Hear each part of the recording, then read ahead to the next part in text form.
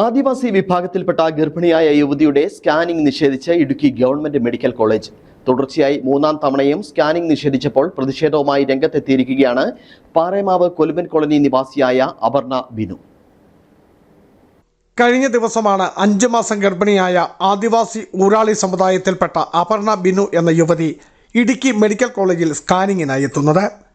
എന്നാൽ തുടർച്ചയായി മൂന്നാം തവണയും തന്റെ സ്കാനിംഗ് നിഷേധിക്കുകയാണെന്ന് യുവതി ആരോപിക്കുന്നു. 5 മാസത്തെ സ്കാനിങ്ങാണ്, അത് മനസ്സിലാക്കാനുള്ള ശേഷി പോലും ഇവർക്കില്ല. ഇത്ര ദിവസമായിട്ട് ഇവിടെ ഞാൻ മാത്രമല്ല വേറെയുള്ള ആൾക്കാരും വരുന്നുണ്ട്. അവർക്ക് ഇതുപോലെ തന്നെ സ്കാനിങ്, എന്നെക്കാളും വയ്യാതെ നിവൃത്തിയില്ലാത്ത ആൾക്കാർ ഇഷ്ടംപോലെ ആൾക്കാർ ഇവിടെ വരുന്നുണ്ട്. എന്നിട്ട് പോലും അവർക്ക് അത് ചെയ്തു കൊടുക്കാനോ ഒന്നിനും അവർക്കുള്ള ഫെസിലിറ്റീസ് ഇല്ലയെന്ന് പറഞ്ഞാൽ ഇവർ ഇവിടുന്ന് ഓടിക്കുക. വേറെ ഏതെങ്കിലും സ്കാൻ സെന്ററിൽ പോയിക്കോ, ചെയ്തിട്ട് വന്നു. ഇവിടുന്ന് എഴുതി തരുന്ന പോലും അവർക്ക് ചെയ്യാനുള്ള നിവൃത്തി ഇവർക്കില്ല. ഇവർ ചെയ്യുന്നില്ല, ചെയ്തു തരില്ല. ഇവിടെ ഉണ്ടേ പോലും അവർ ചെയ്തു തരില്ല.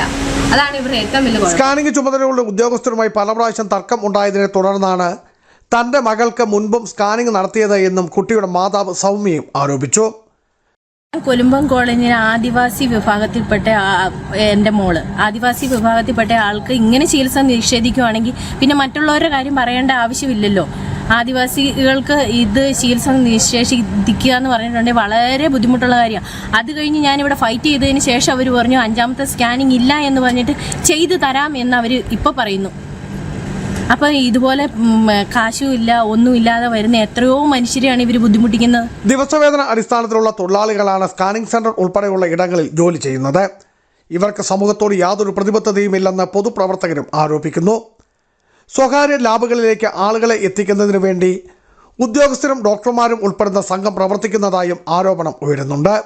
സംഭവത്തിൽ പട്ടികജാതി പട്ടികവർഗ കമ്മീഷൻ ഉൾപ്പെടെ ജില്ലാ കളക്ടർക്കും പരാതി നൽകിയിരിക്കുകയാണ് യുവതിയും കുടുംബവും.